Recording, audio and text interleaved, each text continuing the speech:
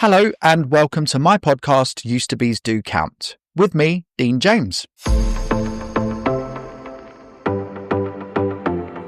You're listening to episode number 5, I Used to Be Obese. In this episode, I speak with Chavier Lowe about his personal struggles with his weight and his fitness journey. With the depression doesn't motivate you to do more, it makes you do less. You want to sit and mope and eat. You have to be truly motivated, because I tell you now, I started about 1,000 diets. I'm overweight, morbidly obese, and I've got diabetes. I was in the high risk category. I looked at that little girl and thought, there's no way I'm not going to be here for her. And it's not because of my selfishness and not wanting to do more. Thanks for listening. Now let's dive right in. Okay, Chavier. Did I say that right? Chavier. Chavier. Yeah. Because your name is spelled French, I always say Chavier. Yeah. I know, and say it in the French way, but it's Chavier. Yeah, it's a French name, but yeah, I'm not French. My dad just decided that he'll pick a difficult name for people to say. And you've lived with that your whole life. Unfortunately. It's a great name, though, so good on your dad. Chavier, thank you so much for joining me today and being on my podcast. I really appreciate you giving your time to tell your story. No problem. And being here. So I really appreciate that. But for those of you who don't know you, your name is Chavier. What do you do for a job? So I'm head of electrical for a fire and security company.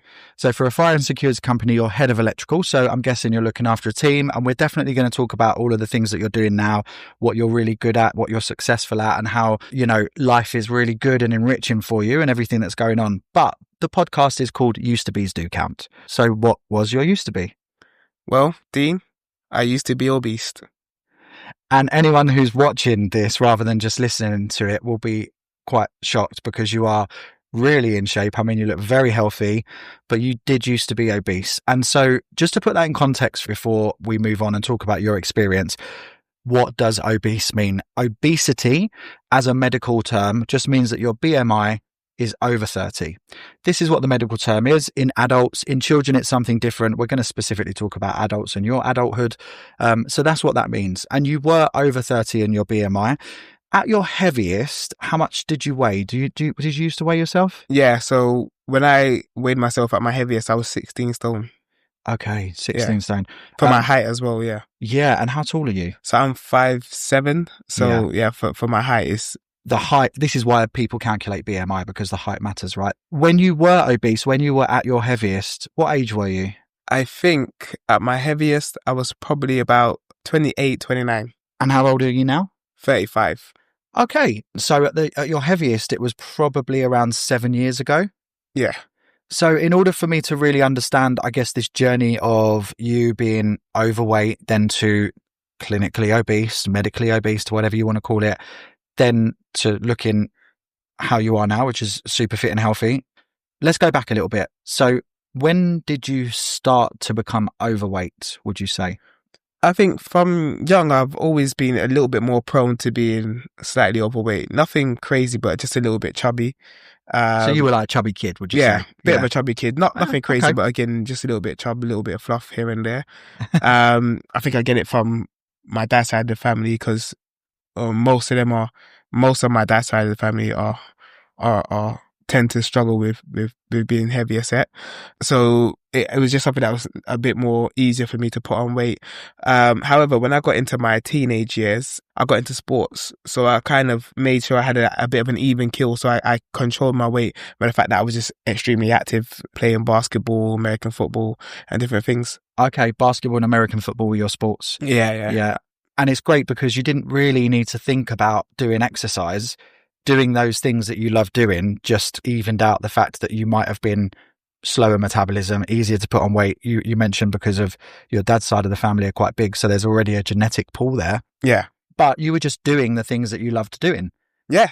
Playing sports. You didn't really need to think about, I need to play sports to lose weight. You were just playing sports and that has that effect. Yeah. And at the time, I wasn't anything outrageous. I wasn't one of the bigger kids in my school or anything like that. So I pretty much fit in the bracket of what was normal. And the fact that I started playing sport, I would lose a little bit of weight without even trying. I didn't eat healthy or anything like that. I was just living a normal, active teenage life. And yeah, life was good. Well, and also we always have the benefit as a teenager that our metabolisms are quite high anyway. This is true. If you're an active teenager, that happens naturally, and it's important to think about, because I want to come back to this when you started to lose weight, really. But it's important to think about the fact that you didn't need to think about it. You were just simply playing sports, which brought you joy. So you were just having fun, and part of that fun was just being active. Yeah. That's much easier to do as a teenager. When did you start putting weight on then? I would say early 20s. So, as I said, I really like sport. I played American football. I started taking it a lot more serious. We won some championships in this country, and there was a possibility to go to America and play. Wow. Yeah, it was amazing. I had a few tryouts, and I came back over here to sort a bit of paperwork out, and I tore my ACL. So any hope of a career ended with that.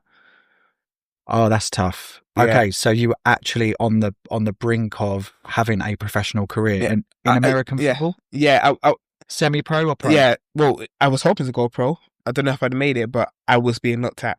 I can't say that I was on the brink, as in it definitely was going to happen, but I definitely was a prospect. I had eyeballs on me. You was a prospect that they were investing in. Yeah. It was potentially on the cards for you. Yeah. But something out of your power happened and pulled that rug under your feet, really, which was an injury. Yeah. Yeah. And the thing with ACLs is that once they're torn or once they go, it's one of those ones where even if it's repaired, which it has been, and to date, nothing major's happened with it again, but it's always prone to go again. And for someone that hasn't reached any sort of status yet in the field or in the game, they're not willing to risk on someone that might become injury prone. Absolutely. Yeah, it's an investment. They need a return on investment. Exactly. You're a business prospect like any other in a team, aren't you? So how did that feel, having this opportunity in your foresight? You know, you would have had to have worked hard, and it was never necessarily a given, but that opportunity was definitely in your foresight, to not be in your foresight at all because of an injury. How did that feel at the time? Yeah, it leads to a bit of depression. It leads to a bit of disappointment. You think, what if you see people that you know who have progressed well in it, they think you maybe have just as good as, and they start making progress, and you think, well, that could have been me. And then with the depression doesn't motivate you to do more. It makes you do less. You want to sit and mope and eat. And once that started happening in my early 20s, yeah, it was a slow decline. Yeah, I mean, you said something there that's really important. Depression doesn't make you want to get up and go. Yeah. It does the opposite. It almost cripples you. Yeah. It puts you in your seat, and it puts you in one space. Doesn't make you want to get up and go, get up and move. And then you were eating a lot. So I'm guessing depression, people deal with depression in lots of different ways, but some people eat their feelings. Yeah. You were eating more. You also said something else that was really important that I think a lot of people might relate to. When that opportunity had gone, you had to watch and see your peers progress. Yeah. It's like that could have been / should have been me. And maybe, you know, I'm actually better than these guys. I could do what they're doing and more. And you're watching them progress rather than you. Yeah. No, it was definitely difficult. But even then, I wouldn't say that I had reached the clinically obese stage yet. I had definitely gotten on the road to it. So because of that injury, you stopped moving. You had to recover from the injury anyway. So you stopped moving. You were eating more. You did feel a bit depressed because this opportunity had gone. How did that then continue into your mid-20s? So, not too long after that, I met my wife, started dating, and with dating life, okay, I'm not active, but now we're going out to restaurants more. We're doing stuff more, and again, now all of a sudden the weight's starting to increase. I get married a couple of years after we started dating, and then again we're going out for dinner on a constant basis. We were two youngish kids that got married. We didn't like cooking. And I had a decent job, so we'd go out and eat. Nice. We'd go out and eat. We'd go home. We'd eat late. We'd go out. And all this time, the weight's slowly increasing. I'm not noticing it. Of course. Well, this is the thing. You don't notice it, I guess, when it's happening. I mean, I've struggled with my weight as well. So from my point of view, I sort of knew that I was bigger than I used to be, but I never ever realized how big I was until I realized it just happened. Yeah. You know, you don't notice it happening gradually. Also, what you were saying, congratulations about being married, by the way, and meeting your wife or meeting someone that you love. You become a bit comfortable in there, don't Yeah, you? you And do. you want to spend time with that person. So maybe some of the times that you would be getting up and getting out and getting active, you're laying down, cuddling, sitting on the sofa, watching TV, just being with that person. Mm. Everyone is aware, you know, when you fall in love, you feel comfortable around that. And some people put on a bit of weight. Yeah, You 100%. had that as well as the sports stuff, you know, as Yeah. well as the not doing that. So it was already there. So between your early to mid 20s, there was definitely a lifestyle change for you. Oh yeah, definitely, definitely. I think I stopped all activity really, and not necessarily on purpose. I'm now married. I've got a wife to look after. I've got to build my career. So so now I'm just working as an electrician. I'm devoting my time to being an electrician, to getting good at it, so that I can progress and start my own company or whatever the support case your might be. Yeah, family. and support my family. Your priorities So changed. sports and entertainment kind of went out the window. My responsibility was to my family now, Yeah. and I forgot about my responsibility to myself in terms of my health, and that kind of took a sidestep. Yeah, you're always putting someone or something first. That does happen when your priorities change, but sometimes we do forget to put ourselves first. So by your mid to late 20s, you were the heaviest, as you said. Yeah. Then I got obese. Yeah. Yeah. And like I said, it was so gradual that one day I looked in the mirror and I was like, "Damn, what's happened there?" I always thought like, "Oh yeah, just I've gone back to being that kid that was just a little bit chubby. I wasn't outstandingly big. Or I wasn't outstandingly small. I thought I was just a bit big." The crazy thing was, I still felt like I could do everything I did when I wasn't as big, and it took one time some friends said, "Oh, come and play football." I hadn't played football for years, and I'm like, I was never the best footballer, but I could get around, I could move around, I could turn, I could twist. I was a decent defender. I was going to say what position? Yeah, Defending. I was a defender. And you were up one of those moving Yeah, and defenders I was up one and of down those the pitch. up and Yeah. down, and I Yeah. could, do you know what I mean? And people were getting past me. Like I prided myself on like, yeah, being able to, even if they did, I chase them down and, do you know what I mean, recover. I turned up at football. I tried to turn with someone, and my knees just said, "What are you doing?" Literally completely gave out. My ankles gave out, and then that's when I realized, oh, there's an issue here. Yeah, I mean, this is really interesting. You were at probably optimal level of fitness when you were playing sports all the time without you even knowing it. Yeah. You know, just because as a teenager into your early adulthood, you were just playing sports and then you got really good at American football. Clearly great at running. And then you weren't doing that for a long time and you felt that you could still do all of those things that you could do before. Yeah. I think that's common. Yeah. One of the worst things was I didn't realize how much time had passed. It'd been about 5-6 years since I played any sport. In my mind, it was yesterday. And your body reverses double the time it took to get there. Oh, mate. Unless you're actively checking it. Never had a scale, so I wasn't checking my weight or anything like that. It was just, yeah, enjoying life. That was a massive shock to you when Massive. it was a realization, I'm not where I used to be. I started playing football with 2 knee braces and 2 ankle braces on. So ankle brace on each foot and knee brace on each leg, just to be able to play. Just to be able to play to support the weight that you were carrying. Yeah. It's interesting. Some of the symptoms of being overweight or obese, let's talk about obesity. You know, again, that over 30 body mass index is quite a substantial weight to be carrying. And there are lots of risk factors like type 2 diabetes, heart disease, bone health. Which I had. What did you have? I had type 2 diabetes, and I say had. So one of the factors in me losing weight was someone that I was really close to one day dropped down, that collapsed in hospital a couple of days later. He was quite overweight. He had type 2 diabetes, and within 3 days, he died. No way. So that prompted me to go to the doctors and test myself. Because again, diabetes runs in my family. Wow. And I was diagnosed with diabetes. Wow. I'm so sorry to hear that about your friend, but your friend actually passed away in hospital. Yeah. That prompted you to go, actually, I'm going to check myself out, and then found out that you were type 2 diabetes. I had type 2 diabetes, yeah. Oh my goodness. Yeah. How long did you have that? How long were you suffering with that? So I had type 2 diabetes until I got myself in shape. Basically, from the minute I got myself in shape, went back to the doctors, did tests for 3 years straight. All my blood work came back normal. I had reverse diabetes just on my diet and no tablets. Wow, I've kind of gone cold. Like, that's incredible, because there is a secondary symptom to being overweight. Yeah, And type 2 there's also a positive secondary symptom to getting in shape. Yeah. You know, type 2 diabetes is prevalent in obese people. You Well, had that. you're more likely, and you're pretty much guaranteed, if you get to a certain weight, to get type 2 diabetes, because it is a dietary, especially in black people, it's way more prevalent. So an overweight black person is, I think, 3 or 4 times more likely to get diabetes, type 2 diabetes in them. So if you are overweight, get yourself checked out. Get yourself checked out. Absolutely amazing. Heart disease, prevalent. Yeah. Bone health, joint health. Yeah, which I was struggling with. You were struggling Joints with. You were talking about the joints killing you. You were talking about having to brace those up if you needed to do any activity. Reproductive systems, stroke, liver disease, kidney. There's certain cancers that come through more prevalently with obese people.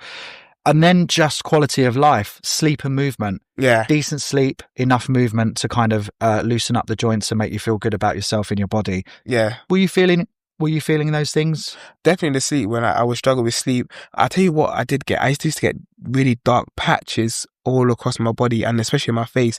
And I don't know if it was directly correlated, but I know when I lost the weight, they disappeared. But I think from eating loads of processed, not good foods, my skin, it was coming out in my skin, and my skin was being affected. I was starting to get eczema, and I don't know if that was a direct correlation, but the quality of my skin was getting bad. I had an accountant when I had my own company, and I remember she used to say to me every time she did my accounts for the year, stop buying so much McDonald's.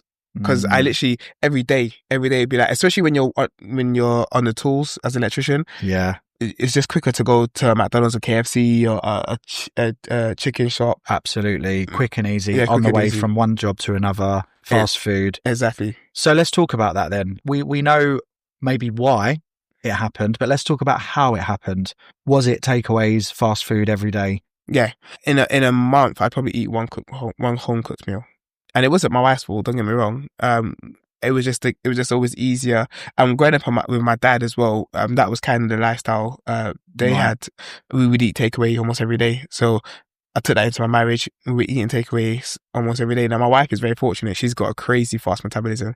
So she hardly put it anyway. And now she's a fitness freak like me. So she does well. But I was putting on weight and she was staying relatively, I say it looked relatively fit. However, even if you feel like you've got a high metabolism, your insides are struggling. Absolutely. People have high metabolism and on the outside they're not putting on any weight. I know people that can eat whatever they want and never put on weight.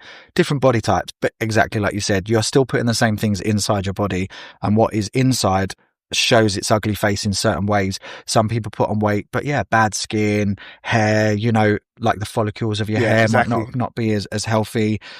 Other issues, things like breathlessness, snoring, difficult moving around, tiredness, fatigue. We've spoken about joint pain and back pain.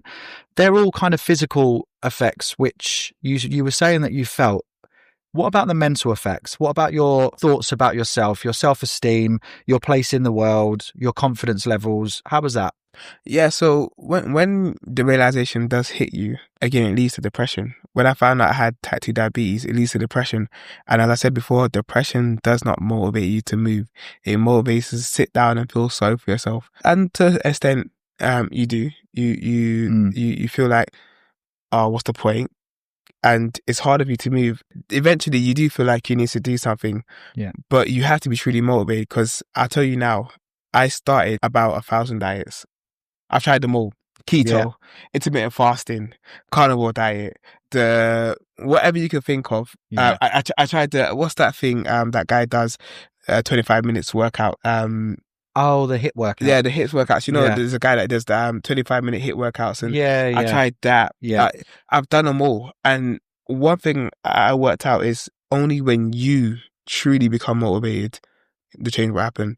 There's a thing here that fad diets never work. Yeah. And there's a reason why they never work, because they are unsustainable, they're unrealistic, and you are putting unrealistic pressure on yourself. Yeah. It's not sustainable. And people in a depressed state, you were in a depressed state, is that safe to say? Yeah, definitely. You were obese, you were in a depressed state, and you needed a way out. Yeah. And a fad diet is a quick, easy fix in your mind. Lots of people go through this. So they try their route at a fad diet, and it might work for a week or two, and then you fail and you go back. And sometimes when you go back, you get worse than you were the Yeah. first time. You tend to put on more weight.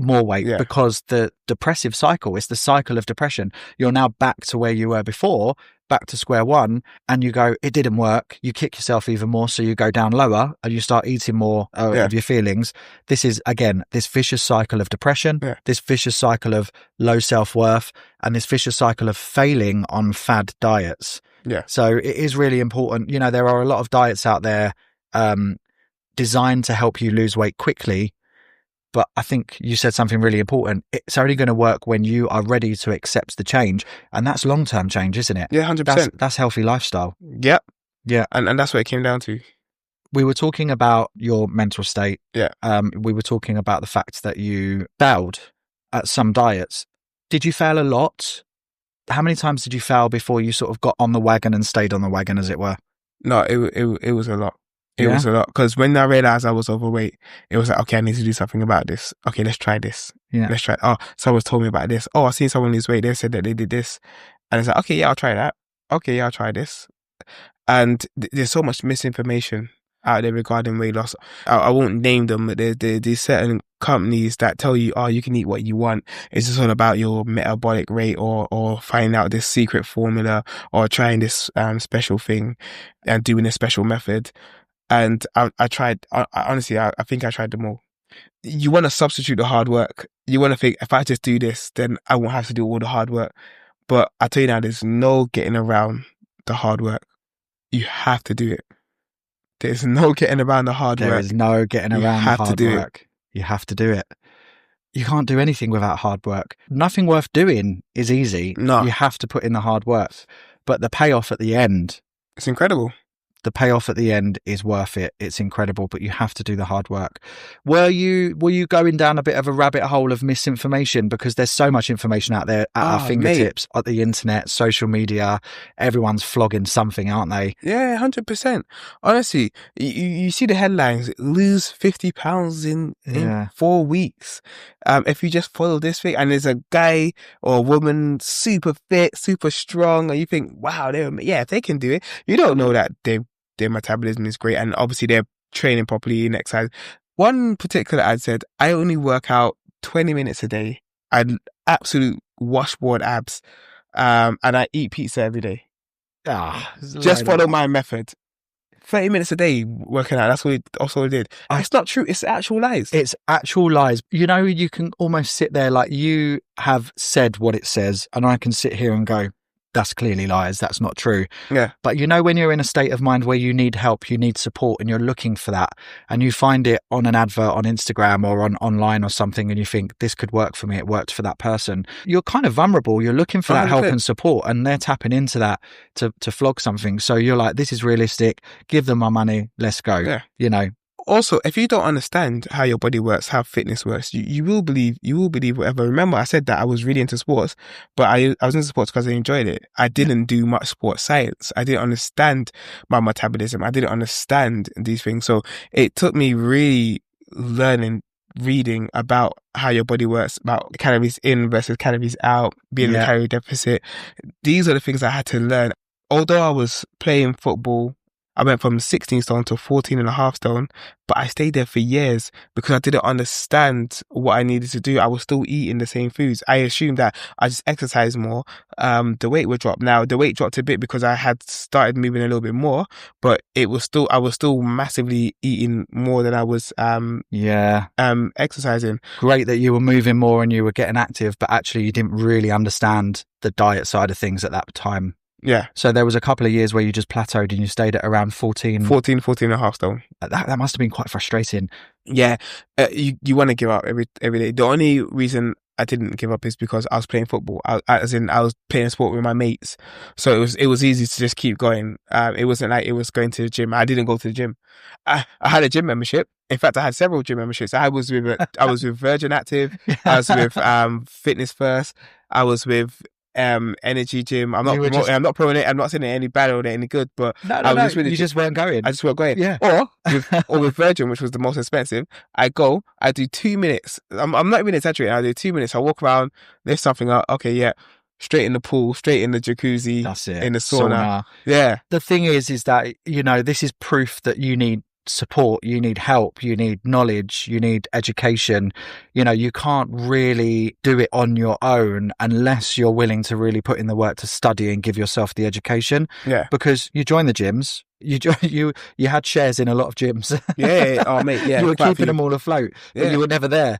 Or when you were there, you weren't really focused on a fitness program. No.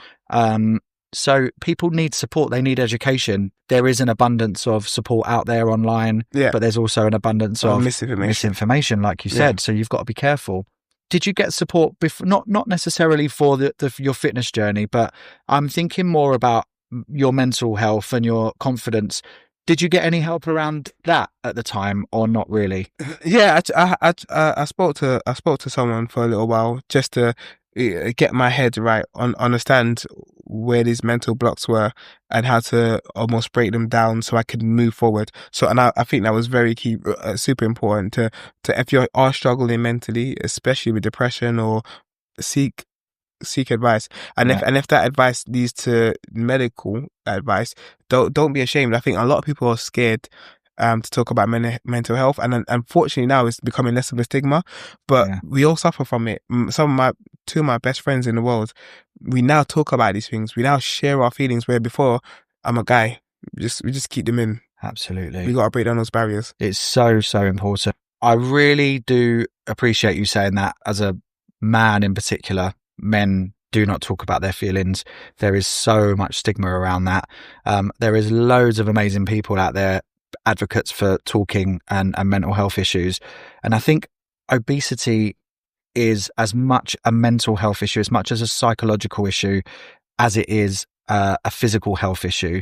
There is genetics involved. You already mentioned that your dad was overweight, and it probably comes from your dad's side. So you've already, I guess, identified a genetic issue there. But I think before anyone needs to go on their fitness journey, they can't go on their fitness journey thinking this is purely physical. They have to address the mental issues.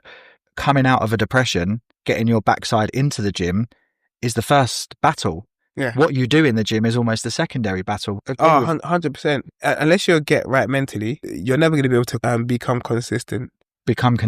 Yeah. And show up for yourself. Yeah, you're going to want to go for a fad. You want to go for a quick fix. Yeah. And there are quick fixes out there. You know, if you've got the money, you can go and get surgery. There's gastric bands, gastric balloons, gastric bypasses that people do, liposuction, tummy tucks, and there's all of that stuff as well. Some dangerous pills that you can take. Yeah. Some very dangerous pills. There are pills that are available if you go to the doctors, and all of the information's out there.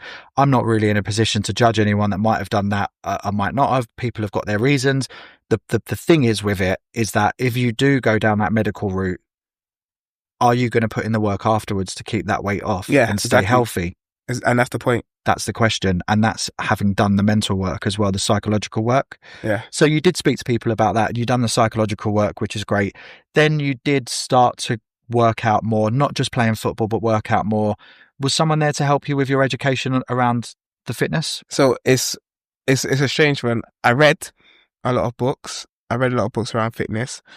It's interesting. You probably won't believe me, and I don't know if I'd necessarily recommend it. I could recommend a few good ones, but YouTube, I'll be honest with you, I started watching YouTube fitness, but you've got to be really savvy. You've got to recognize who knows what they're talking about, who again is trying to just sell you things. And there's a couple people that I watched that tell you no nonsense stuff, and there's do you want me to say their names? Absolutely. There's a guy, he's a Canadian guy, he's huge, he's got millions of followers, his name's Coach Greg, and he's not a nice person in terms of, like, he's not going to tell you something. He's gonna if he sees you, he's going to tell you what you are, but he's going to tell you this is what you need to do to fix it. And he does these videos, he shows you how what losing weight means. There's another guy called Sean Niwaji, he's for me number one. He says he gives you no BS fitness tips, and that is it. He tells you exactly what you should eat, and also what he also does is critiques other coaches. And he says, well, that's not true, or whatever the case might be. They're just a couple. Then you've got others, Bill Tennyson, who like myself was massively obese and lost the weight, and then again, shares his kind of lifestyle stuff with you. This is great. If there's anyone listening that needs resources, you've just given them those resources and it's great. And what I'll do is I'll put those in the show notes at the bottom. I'll put some links to those people, because if they are tried and tested, it's clearly working for you. Yeah. I think it's really good that they're no nonsense as well, that they're not, you said they're not nice. They're not being nice. They're not telling you, oh yeah, if you do this, but they're telling you need to be consistent. You need to be in the gym. And you need to do X, Y, Z. You need to be in a calorie deficit. You need to measure your food. You need to, if you are someone that struggles with binging, why are you buying crisps? You're overweight. Why are you buying crisps? Don't have anything in the house that's going to be a temptation. I need to hear that, because crisps are my weakness. Massively, me too. Mate, what's it on my kryptonite? But it's so true, isn't it? Like, why are you going to even have that as a temptation if you know you're trying to lose weight? You know that that's your kryptonite. Why are you going to put them in the house? Yeah, they're also realistic as well. They say, look, in a week, maybe have no cheat days, but one cheat meal. Have a meal where you think maybe once, maximum twice a week, where, okay, that's your reward. And that helps you to sustain. Now, the funny thing is, I haven't watched any of the people I've mentioned videos in about 2 years. Not because I don't like them, but no, I've got what I needed from it. Absolutely. It served a purpose. It gave you the education. It gave you the support that you needed, and for free, because it's all on YouTube, which is fantastic. That's why it's really important that we get the right advice. So it's great that right advice is out there for free, because people might think, oh, I need to get right advice. I need to go and pay a nutritionist a ridiculous amount of money, or I need to pay for a personal trainer every week or 2 times a week, which is all really good. But if you haven't got the money, that doesn't mean that you can't lose the weight. You can't go on that journey. Yeah. The resources are out there. I spent £0 to get where I am now in terms of coaching. But that tells me that you were really focused. There was something that changed in your brain and you went, I need to lose this weight. 2 things happened. The birth of my daughter was number 1. Number 2 was COVID. So up until 2019, end of 19, going into 20, I was morbidly obese. When COVID hit and the signs that they were saying, if you're overweight, type 2 diabetes, blah, blah, blah, blah, you're at high risk. I had just had my daughter in 2018. She was 2 years old. Lockdown hit. I got worried. I looked at that little girl and thought, there's no way I'm not going to be here for her. And it's not because of my selfishness and not wanting to do more. That was a changing point. And like I said, you need to find that changing point for you, because when I decided that, I became motivated. Amazing. I can understand that completely. It's your daughter. You want to be there for her. You want to be the best version of yourself for your kid. 100%. And so that was a big kick up the bum. The other thing was COVID, which is really interesting, because for a lot of people, COVID was the opposite. They were living a healthy lifestyle, and COVID actually almost forced them into an unhealthy lifestyle. Just Eat, Deliveroo, and all of those other awful instant takeaway apps that are out there for people were highly used, because people weren't getting out and about and weren't getting into shops. They wasn't moving. They wasn't going to the gym. They wasn't able to be out. They wasn't able to have access to fresh foods like they used to be. And they were just ordering takeaways and not moving. So it was an unhealthy time for a lot of people. But for you, it was a motivator for the opposite? Yeah. So I get why people did that. But for me, it was just could kill me. Like, I'm overweight, morbidly obese, and I've got diabetes. I was in the high risk category. Yeah. So I was like, no chance. And I was cast as a key worker for the company I worked for, because we were actually working in hospitals, just supplying electrical stuff, not actually medically. So I was able to work. So and I was like, nah, do you know what? There's no way I can purposely put myself in danger. So do you remember you were only allowed to go out once a day to exercise? I took advantage of that every single day. Every single day I was out exercising, running, riding my bike. I started cycling to work. And that was just the ambers of me starting up. The minute the lockdown restrictions slightly eased up, remember I told you I was going to all these nice gyms, sauna, jacuzzis. I found the most basic gym there was. Good quality equipment, but no frills. Just a changing room with a shower. Showers in it. No sauna, no jacuzzi. And when I was in the gym, I wanted to be in the gym. You took out that risk factor again. It's like taking out the crisps from your house. Yeah. Get rid of the jacuzzi and the sauna. That's not going to make me lose weight. It's lovely to be there. Don't get me wrong. Good for your mental health and relax. I love it. But you wanted to be in a gym to work out. I also really loved that you said, you remember when we could have gone out once a day. it was a restriction. We felt restricted, Yeah. but you saw that as that was your opportunity. You took advantage of the only opportunity you had, and you said, well, if that's the only opportunity I have, I'm not going to miss out on that. I'm going to utilize that opportunity to go out, 100%. cycle, run, get in the park, get fit, get healthy. Yeah. Love that.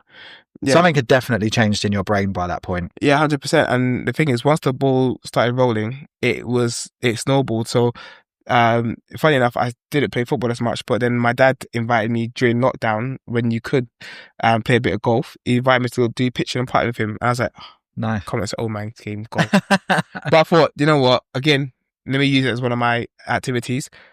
I fell in love with golf. Yeah. Like, when I say fell in love with golf, I mean, like, I play golf at least 2 to 3 times a week. Wow. Well, not in the winter now because obviously it's not as easy to get out, but on the weekends, I'll play golf on a Saturday and a Sunday. And do you go to the driving range? Or I do you go to the play driving range. 9-hole, 18-hole? 18. I'm a member of a golf course. Really? I'm part of a golf team.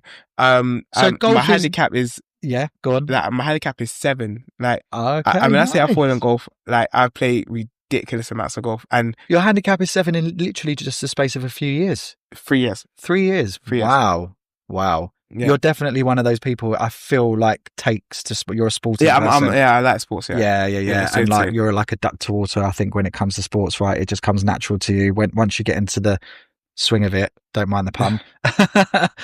It feels like you really take to it. Oh yeah, I feel like got like an obsessive personality because I'm a bit of a perfectionist. If I'm going to do something, I'm upset that I'm a 7, by the way. Like, yeah, I want to get down to scratch. You're striving. But yeah, golf is the only game that frustrates me to the point where I can't naturally be classed as really good at it. Even though I guess people say 7 is, but like I've got compulsive nature like that. Okay, so you are quite hard on yourself. You expect a lot of yourself. 100%. And you're quite obsessive. Yeah.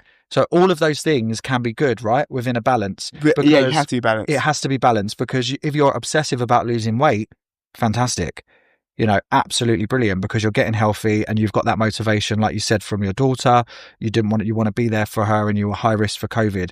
You've now got an obsession to get better at golf and stuff because you're into it. You're playing 2 or 3 times a week and you want to get your handicap down. Yeah. Understandably. Where does the balance swing where that becomes negative? When I'm spending more time playing golf than I should be when I'm not spending time with my family, which I didn't lose that balance. So fortunately I kept golf in space. But also, one thing I did was I viewed golf as exercise as well. So I got a Peloton bike as well. Instead of like saying, okay, I'll ride a Peloton bike today, I feel, okay, I'll go golf today. Other biking brands are available. But Peloton is very, very, I mean, it's expensive, but it's very well known. They are great bikes. They've got really good programs. Did you subscribe to all of the programs as well? Look, they're amazing. It's quality. It really is. The bike build is quality. I've had the bike for 4 years now because I bought it in 2020. They are super expensive. But if you ask me, would I buy it again tomorrow? Yes. It was an investment in was invested in my health. In your health. And the best part about the Peloton bike is not even the fact that I ride it. It's motivating my wife and how she rides every day. Amazing. And like I said, she's already quite a fit person, but now her heart health is massively better. Well, it's this heart disease, isn't it? That is such high risk when you are not healthy.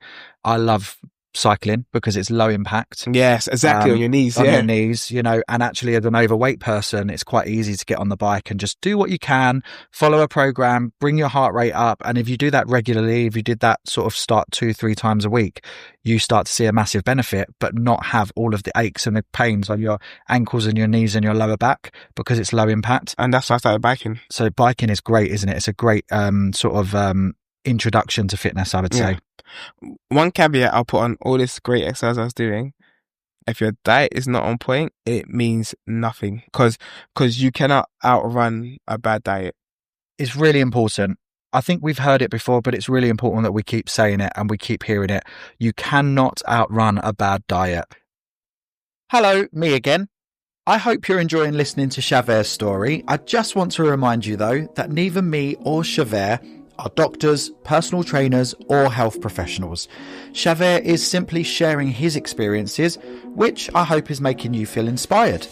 In this next part, Chavier shares how he lost so much weight, and I'm not going to lie, for some people it might feel extreme. Remember, everybody is different. If you're losing weight and you're on your fitness journey, always seek professional advice and do what's right for you and your body safely. Remember, slow and steady wins the race. Really, if you speak to a professional, they say it's 70% diet, 30% exercise. Oh, I totally agree. Mind-blowing, isn't it? You're doing all of this exercise, which is making you feel good, you're losing weight, you're burning calories, your body is starting to change, but if you're not eating well, you're still going to hold the weight. I felt that. Yeah. I felt that recently. In the last year or two, I've started to really exercise. I still need to shift a lot of weight, and I'm definitely going through my own journey there. But the diet is the thing that's pulling me back. So that's the thing that I need advice with. That's the thing that I need support with, the calorie deficit and then nutritional value. But a personal trainer would say it's 70% of it. Yeah. I'll tell you what I did. I went to an extreme. Uber Eats, Deliveroo, deleted, get rid. It's almost as difficult as the training. Get myself in the supermarkets, buy whole foods, cook. I didn't cook with any oil. Meal prep. I wasn't a massive fan of meal prep because I like my food fresh. And I'm a bit spoiled. I've got a wife that cooks. She's a good cook as well. Mate. Yeah. So I'm a bit spoiled. That I don't have to cook a lot of meals myself. In fact, she's absolutely amazing. So I just said no oil. Certain things we substitute certain things with different things. Yeah. And I just eat at home. So I knew exactly what ingredients were in my food. I weighed, and when I say I went extreme, I used to weigh the food, weigh the portions. My Fitness Pal or other apps are available to log your food, to keep a log of what you're eating. And I would set myself a target of, in the beginning, when I was morbidly obese, I went extreme. I wouldn't recommend this for everyone on a long-term basis, but I went to 1,500 calories for 2 months. Okay. I only ate 1,500 calories, barring a Saturday where I'd have like a refeed meal, because you can't physically sustain on that for a extreme amount of time. How did you find that with regards to cravings, energy levels, sleep?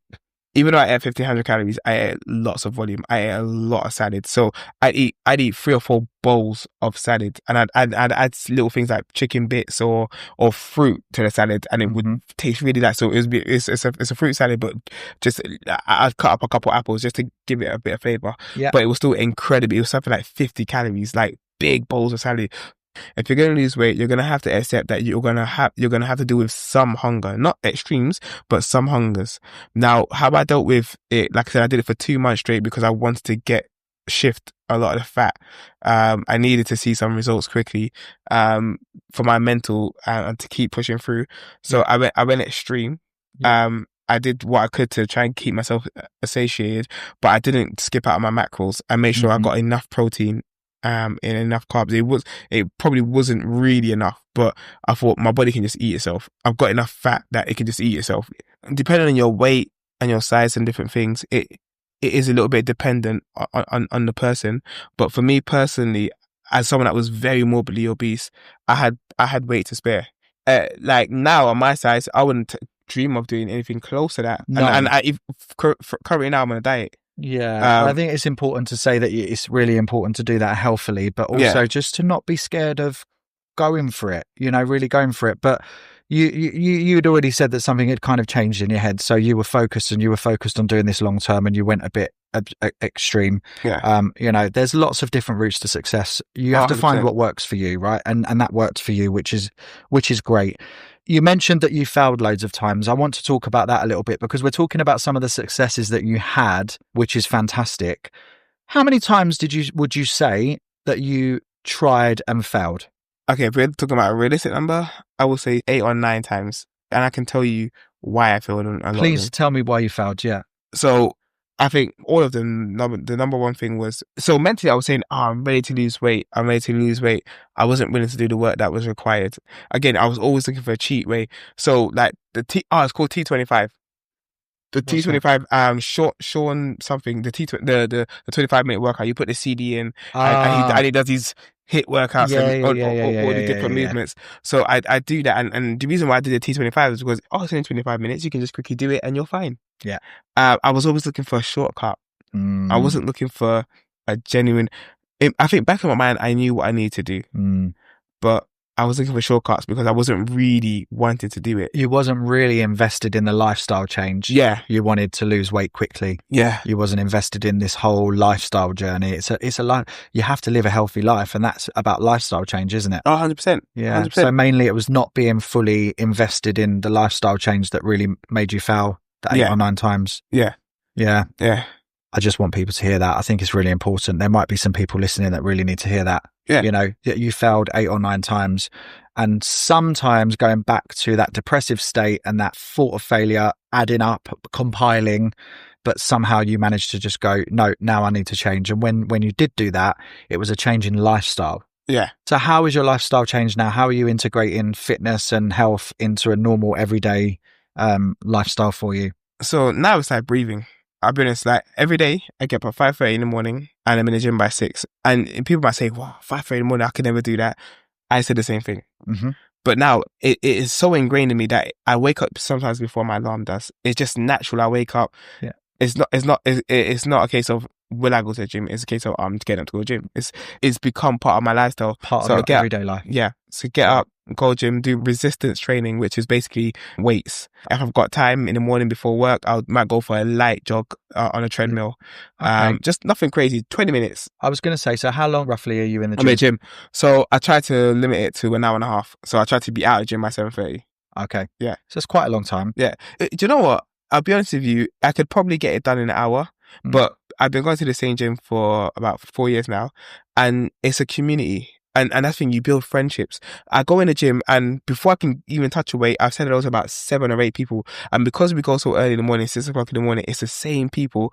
It's beautiful. We have genuine banter in that gym. We have genuine conversations. We laugh, we joke around. Sometimes we fight, not physically, but it's a good community.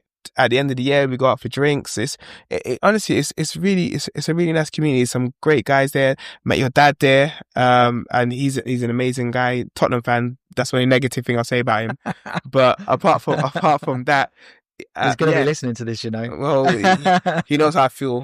He knows how I feel. I mean, the thing is about the friendship and the camaraderie and seeing the same people every day. It's so important to build that community because then you are held accountable. Because then you miss it. You don't just miss the gym. You miss seeing the people at the gym. You miss seeing your people at the gym because you've built that bond. Yeah, like I said, I could do it in an hour if I really just knuckled down.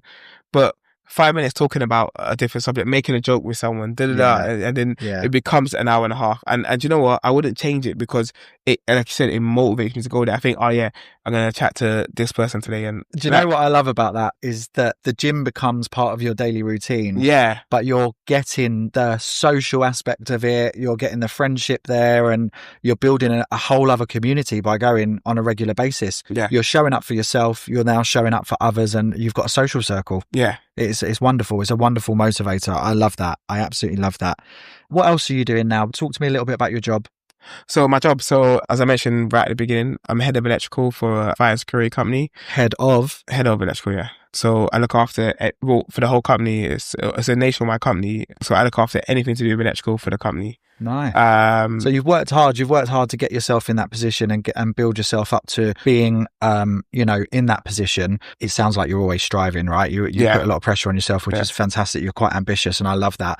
When you were obese, were you always still striving and ambitious in your work? Yeah, I think it's something about me, and that's probably one of the reasons why I did put on a bit of weight, because if I focus on something, I focus on that thing. So if I'm focused on building a career, like I said, for my family, I'm focused on that. So maybe I'm not thinking about the gym, I'm not thinking about my health too much. I'm thinking about, you know what, if I don't provide, my family doesn't eat. So it sounds like you are kind of living a little bit on the extremes. When you invest in something, you're investing it extremely to the point where you might sacrifice other parts of your life. Would that be safe to say? Yeah, I think sometimes. I think before, yes. I'm trying to get the balance now. I'm never going to be perfect. How old are you now? So I'm 35. So you're 35 now. You were at your heaviest at 26, you said. Yeah, around that time, yeah. Yeah. And now you are understanding that personality trait that you have in you that is kind of lives life on the extreme, and you're trying to find that balance. So if you're involved in fitness, it's fitness, fitness, fitness. If you're focused on work and you're ambitious in work, it's work, work, work. If you're focused on the family, it's family, family, family, and other things get sacrificed. Now it's getting the balance. And that's what I'm trying to do. The reason why I go to the gym so early in the morning while I started that is because I don't want the gym to affect the rest of my day. Absolutely. So I want to finish the gym, spend my time at work, do my work hours. After work, I'm very strict with work as well. As soon as it hits 5 o'clock, I switch off. That's time with my family. On the weekends, I play 1 round of golf now instead of 2, and the rest of the time, I spend time with my family. But so this I'm is trying great. to get that balance. So you are getting that balance. Yeah.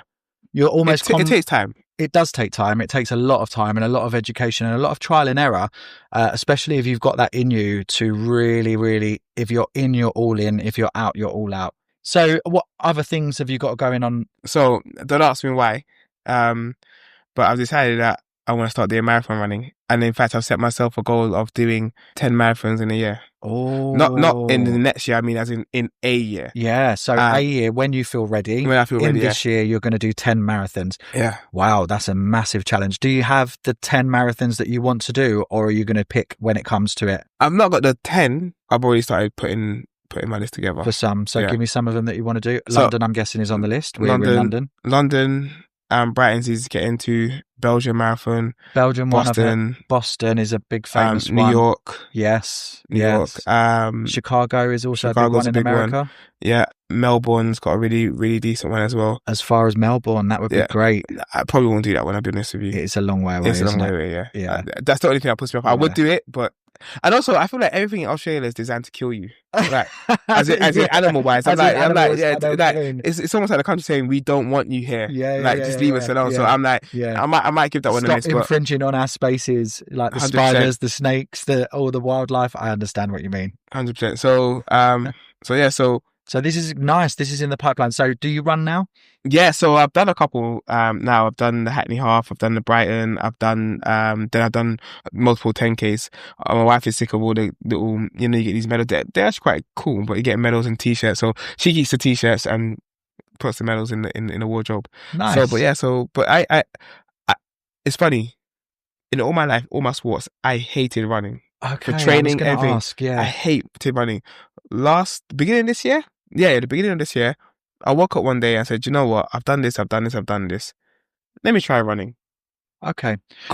So even though you were running around the field playing sports, football and American football and all of that stuff, distance running was never really a thing that you enjoyed.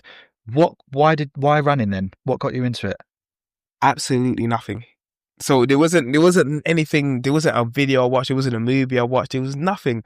I just hated running. And because I hated running, I said, I'm going to try it.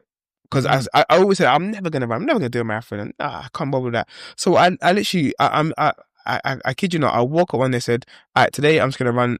Do you know the first thing I did? Because I'm quite fit, I do exercise, I do my Peloton bike in the evenings and stuff like that. I knew I was quite fit. So I goes, you know what? It's funny, you mentioned it earlier about Couch to 5K. One of my close friends was training for it. He said, I'm doing Couch 5K. I said, I'm not going to do that. I'm going to go to the gym. I'm going to run 5K right now. And I did it in half an hour. You are definitely someone that lives on an extreme level of going, if my mind's going to do it, I'm going to do it. 100%. So I put the treadmill on 10 speed on one incline. And I just ran 10K. I'm sorry, 5K. 5K. I ran 5K. Starts to goes, okay, if I can do 5K, I can do 10. So couldn't do 10 the first time I tried to do it on the treadmill because, I was getting tired. So I thought, okay, now I'm going to train. So I started training, did a 10K after a couple of weeks. Then if I could do 10K, I could do half marathon. Started training. Were you enjoying running while you were doing that? So here's the thing, yeah? Do you want the honest to God truth? I hate running. But when I finish a race, when I finish a run, the endorphins that get released, the joy, the runner's high you get. Yeah. I promise you, every time I run competitively, every single time I've done it, I've said during that run, I'm never doing this again. I kid you not, every single time whilst I'm running, I said to myself, why am I doing this? I'm never. that evening I signed up for another run. Yeah. Because either you forget the pain or whatever the case is. I understand how good mentally it is. It's so good for the mental health as well. But it's really about the runner's high is probably what keeps people coming back. So I really appreciate the honesty of going, actually, I don't like running. I'm always going, I'm never doing this again. But the endorphins, the runner's high, sense of achievement. That's what keeps you there. I'll tell you something as well, yeah? If I've got a worry on my mind, if I've got an issue, if I've got a problem like this, so I'll think about that throughout the whole run. And that will help me in the sense that when I do have nothing to think about, it's the worst runs for me because I'm looking at the time. You're looking at the time. You're thinking about the run. You're thinking about your body. You're thinking about when is this going to be over. And I'm thinking about, especially when you're doing these runs and you see, oh, you've done this many kilometers or this many miles. Yeah. I'm thinking, is that it? I will say about Couch to 5K because I have tried it myself. I hate running as well. Yeah. I'm with you. I've never been a runner. I've never done it. It's never been on the cards for me. I did a little bit in school and that was it. Running was never a thing. I danced and actually my dance teachers told me to stay away from running. Like we used to run around the dance studio and keep fit and stuff, but distance running is so tough on the joints and it kind of shocks the tendons that it's kind of doing the opposite that I need to do for dance. Yeah. So I was just never a runner. Obviously knowing that I needed to lose some weight and knowing how quickly you burn calories from running, I thought, okay, let me give this a go, right? Let's burn some calories. The Couch to 5K helped me enjoy running. Oh, did it? It did. It gave me somebody in my ears to give me bite-sized, achievable distances to build up to. Run, walk, run, walk, run, walk. Then eventually you're running non-stop for half an hour and the sense of achievement, the runner's high that I got from that, even just 5K, it's amazing, was huge. So amazing. I totally understand how that then can springboard you onto 10K, half a marathon, and now what you're doing, marathons, and then living life on the extreme edge like you do. A marathon isn't enough. I'm doing 10 in a year. Yeah. Well, I plan to. I don't know if I'll see, but my kind of philosophy is shoot for the stars if you feel you land on the moon, and that's kind of why how I do things. So at least I'll get to a certain decent level. I love that. Otherwise, what's the point? You know, if you're not that ambitious and you're not shooting for the stars, then what's the point? And like you said, have a realistic expectation of yourself, because if you miss the stars, you might land on the moon, and that's absolutely fine. Exactly. Yeah, I'll be back. I never beat myself up. And do you know what? I've even as I'm fit now, there's certain goals or certain things I've failed in. Like for instance, running. I was determined when I did the Brighton Marathon that I was going to do it in under 4 hours. And do you know what? I was on target to do it. And when I got to like the last, I think it's like 5K, I twisted my ankle and I hobbled over the line and I did it in 4 hours, 1 minute. Do you know what? It was a disappointment, but as extreme as I am, I don't beat myself up. And that's something that I learned mentally, that, do you know what? It's not the end of the world. It's not failure. It's just not this time. Pick yourself up, carry on again and crack on. I think if anyone is struggling with their weight, struggling with losing weight, maybe getting disheartened because they're trying to do things and they're not seeing the results, the right results or anything like this, is there any advice that you would give those people? It's a marathon, not a sprint. Such a cliche statement, but if you're expecting to go on a diet and see results in 2 months, there will be results there, but you're not gonna see what you expect to see. You have to give it a minimum of 6 months to see genuine progress. I had to change my whole wardrobe. It cost me over £1,000 because I mean every single item of clothing I had did not fit me anymore. I had to change my whole wardrobe because I lost so much weight. You got to give it a minimum of 6 months, and that's if you're really consistent. If you're not consistent, it's a minimum of a year. Keep going, keep yourself accountable. Don't have things in your house that you know you like that you're gonna snack on, and replace those things with things like, do you know what I like? For instance, I love crisp sensations, Watsits. Honestly, all sweet chili sensation. It's game over. It's game over. Yeah. Replace them with healthy alternatives. Pop chips. I used to eat a bag of pop chips, 300 calories. As opposed to a bag of, like, I'm talking about the big bags, as opposed to sensation. Really, really good advice, because pop chips are, you still not fried, but they're not fried. Not fried. Popcorn. I started eating big bags of popcorn, 250 calories instead of a big bag of sensations is 800 calories. Or a small bag of sensation compared to that thing is still the same 250 calories, but you're getting that much pack of sensation, that much pack of popcorn. You know what it does? It fills you out. Yeah. I like sweet drinks. I do Coke Zero. Find substitutes. If you like sweet drinks, drink the diet version. You'll save calories. If you like crisps, try the low calorie alternatives. Yeah. But look for alternatives that can help you on your weight loss journey, and get comfortable with being uncomfortable, because anything that's worth having is worth working for. And that's what you need to do. You need to work. You need to work at these things. Anything that's a shortcut isn't going to give you the lasting results that you need. That's it. It's about consistency. Consistency. Get comfortable with being uncomfortable. Yeah. And I love those practical solutions of replacing this with this, because you don't need to feel that you're missing out completely, but you can be healthier by replacing it with this. This is more long-term sustainable, rather than just going, right, I'm never going to eat crisps again. That's not sustainable if you're a crisp fiend. Yeah, exactly. Exactly. But that kind of alternative is going to be better. Yeah, there's a lot of advice from what you said, and I hope people can hear that and get something from that. The other thing that I've heard from you, there's a lot of misinformation out there. Huge. Getting the right advice is crucial for your success. Getting the right advice, the right support is crucial for your success. And there is an abundance of free stuff out there. Try to understand very quickly what is right and what is wrong information, because there's a lot of wrong information, isn't there? Huge amount. One last thing. When it comes to the internet, YouTube, do not look at what these fitness influencers look like and think you're going to like them. Even if you do all the things right, you're not going to like them. Not because you're not working hard enough, but a lot of how people look comes down to genetics. So if you want your abs to look exactly like this, it's not your abs will look unique to how your body is structured. If you want your chest to be square or as shaped as one particular influencer, and they say, "Oh, this is what I did to do it," it is not what they use to do it. When you're building your pectoral muscles, the muscles will form according to your body type, according to your genetic. Don't look at anyone else and think that follow them and you're going to look exactly like them. You're not. You're going to look according to how your body is designed, how your structure is designed. So even the people that I mentioned, they look the way they look because of their genetics, and they will tell you that as well. It's just based on your genetics. So don't look at anyone else and think they're doing something that's allowing them to have that specific shape. It's generally down to your genetics. Great advice. It's great advice, because we're always comparing ourselves to others, and especially watching these online influencers as well. It's great advice. Chav, thank you so much for being here.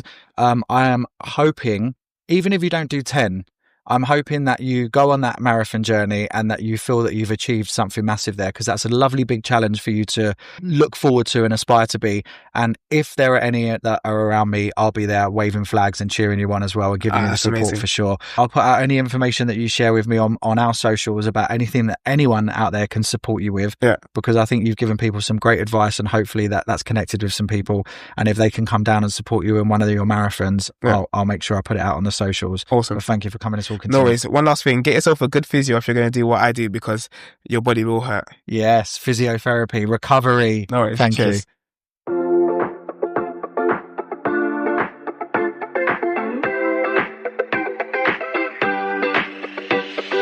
Chavier, what a legend. What an easy person to talk to. It was the first time I'd ever met him in person, and it felt like I'd known him for years. He had such a relaxed way about him, really easygoing, really easy to talk to. It was an absolute pleasure for me to get to know him and speak to him. And I could really relate to so many of the things that he said about putting pressure on himself, about really giving his all to elements of his life that other parts of his life would become sacrificed. Now in his mid to late 30s, he's just learning that balance. And I really related to that myself. I do put a lot of pressure on myself, and I like to do things properly. And that means that sometimes other things do get sacrificed. And really life is about finding that balance. I really do hope that you found some tips and tricks and some of Chavier's story inspiring for you. If you're trying to lose weight, if you're on a fitness and health journey, that journey is continuous. It doesn't stop. We have to look after ourselves on a daily basis. It's about adopting good lifestyle choices. And I hope that is the thing that you take away from this. And I hope that it helps you a little bit. What did he say? It's a marathon, not a sprint.